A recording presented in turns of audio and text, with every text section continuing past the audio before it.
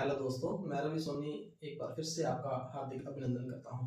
बच्चों, आज हम कुछ ऑक्सिलरी वर्ब्स करने वाले हैं जो कि आपका एक कन्फाइंड करेंगे कि आपके मन के भाव क्या कह रहे हैं the time you speak in English. तो आइए शुरू करते हैं। देखिए, हम यूज करते हैं शुड बी। तो शुड बी का अर्थ होता है compulsion. Whensoever you feel somehow compulsion on someone, तो you will use should be।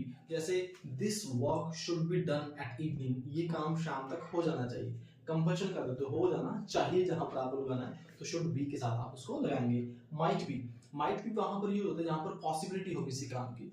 कोई जैसे होता है ना एक पॉसिबिलिटी कितने परसेंट है उस चीज की। Might be, would be, will be, ये सारी पॉसिबिलिटीज हैं। देन जहां पर हाँ हो कि हो सकता है, yes it might be done, ये हो सकता है, आपकी पॉसिबिलिटी थोड़ी सी हाई हो जाए। देन कुड बी या फिर कैन बी। कुड हम पास्ट के लिए यूज करते हैं और कैन हम प्रेजेंट के लिए यूज करते हैं। We know it very well. यहाँ पर भी पॉसिबिलिटी है, देखिए यहाँ पर भी यहाँ पर भी, लेकिन ये पास्ट की है, ये प्रेजेंट की है।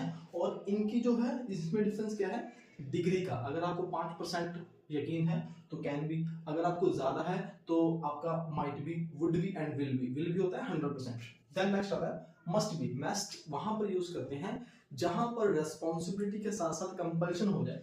जैसे होना होगा, आपको अपने एग्जाम के लिए प्रिपेयर करना होगा, you must be prepared for your examinations, तो वहां पर आप मस्ट बी यूज करते हैं। Then should have been, could have been. Should have been में होता है रिग्रेट, जहां पर आपको हल्का सा कोई पछतावा हो रहा हो, रिग्रेट हो रहा हो, किसी चीज को लेकर आपको चिंता हो। जैसे होना चाहिए था यार, ये मेरा एग्जाम क्लियर हो जाना चाहिए था, कि मुझे उम्मीद है और लेकिन वो उम्मीद नहीं बनी, तो उसका मुझे रिग्रेट है। तो यहाँ पर हम करेंगे should have been, it should have been, लेकिन वो नहीं हुआ। देन कुड हैव बीन, जो पास्ट कंडीशन में हो, जैसे हो सकता था, अगर आप मेहनत करते तो आपका ये एग्जाम क्लियर हो सकता था या हो जाना चाहिए था। तो वहां पर हम कंडीशन जहां पर यूज होती हैं वहां पर हम कुड हैव बीन यूज करते हैं। Then must have been, again higher probability, जहां पर जो एक्सपेक्टेशन है, जैसे मैंने आपको यहाँ पर बताया था, वो बहुत ज्यादा हाई हो, ज्यादा लेवल की हो जाए तो जरूर हुआ होगा। अगर फॉर एग्जाम्पल किसी घर पर चोरी होगी, है ना, तो आपको लगता है कि उस चोर ने किया होगा, तो आपकी एक्सपेक्टेशन जो है वो बहुत ज्यादा हाई हो जाती है।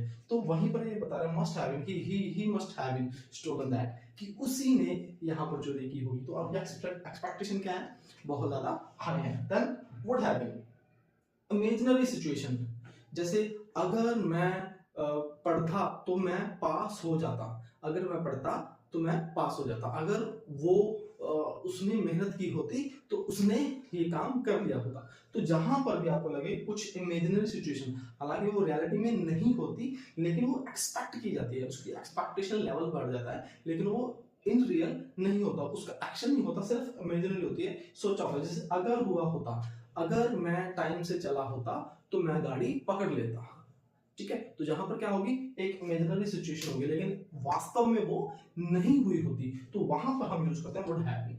इसके अलावा और भी जो है ना काफी कुछ एक और भी हैं वर्ब्स, लेकिन वो हम इस क्लास में नहीं कर रहे हैं, नेक्स्ट क्लास में हम उसको करेंगे। तो इसको आप एक बार पढ़ लीजिएगा, ठीक है, इसको लर्न कीजिएगा, ये बहुत ही ज्यादा हमारे यूजफुल रहती हैं। तो watching this video, thanks a lot, keep smiling, keep learning, thank you, जय हिंद, जय भारत।